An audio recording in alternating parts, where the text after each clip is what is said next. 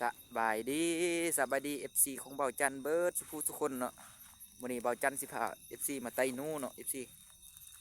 นี่นี่จะเป็นทุ่งนาเอฟซีเอ้ย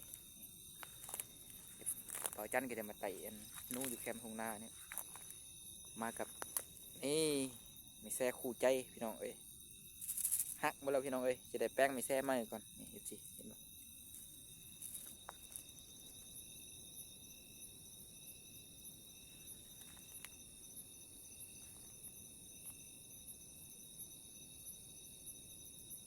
โมให้นู่เนาะเอฟซีรอลุ้นรอลุ้น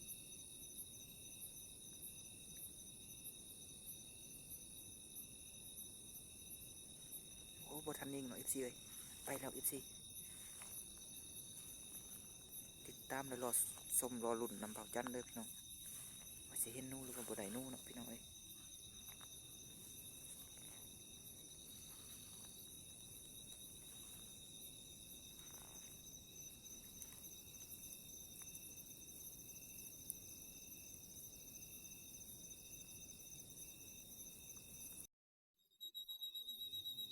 นี่เอฟซี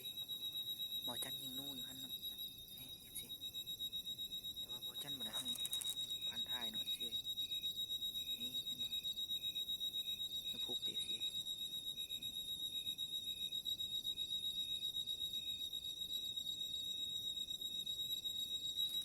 เผาจันยิงอันนั้นพี่น้องเ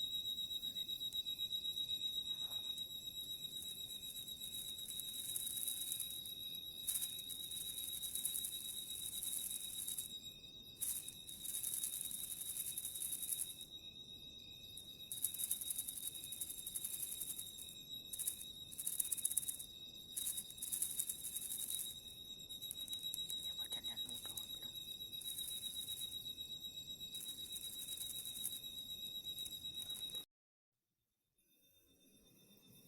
นี่ทุกคนได้อีกตัวหนึ่งแล้วทุกคนเลยนี่เอฟซีตัวนี้ตัวใหญ่เด้เนาะตัวนั้นจะตัวหน่อยเด้ตัวนี้ตัวใหญ่เด้พี่น้องเอ้ยนี่ได้สองตัวแล้วพี่น้องได้สองตัวแล้วพี่น้องเอ้ยเดี๋ยวนี้ มากับไม้คู่ใจเนาะพี่น้องสองตัวแล้วรอลุ้นนะเบาจันอีกว่าเบาจันสิได้อีกบ่เนาะพี่น้องเนาะว่าเบาจันบ่ได้ถ่ายเพราะว่า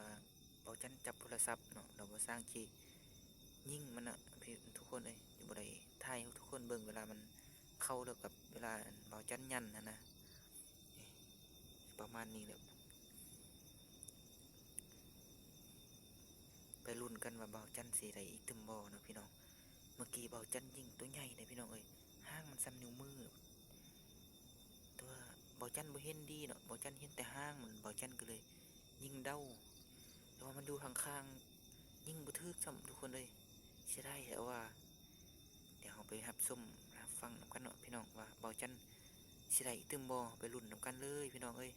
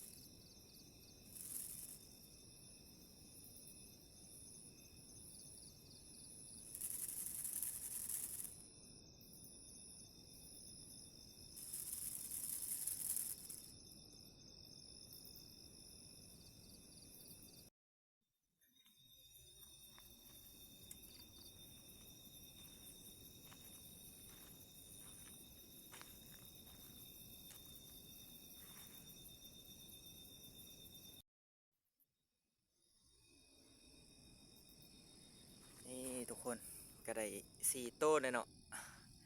บ่ได้อีกเนาะทุกคนซอกยันใส่กระบุงออกเลยหนูก็ได้ตอนนี้ก็เป็นเวลา 11:21 นาทีเนาะพี่น้องก็ได้สมมาพักวันสิได้กราบแล้วพี่น้องเอ้ยอยากหลับอยากนอนพี่น้องคลิปนี้ก็บ่มีหยังหลายก็คือจิมีแต่ซ้ำนี้เนาะพี่น้องเอ้ยสุดท้ายนี้ก็ขอกล่าวคำว่าสบายดี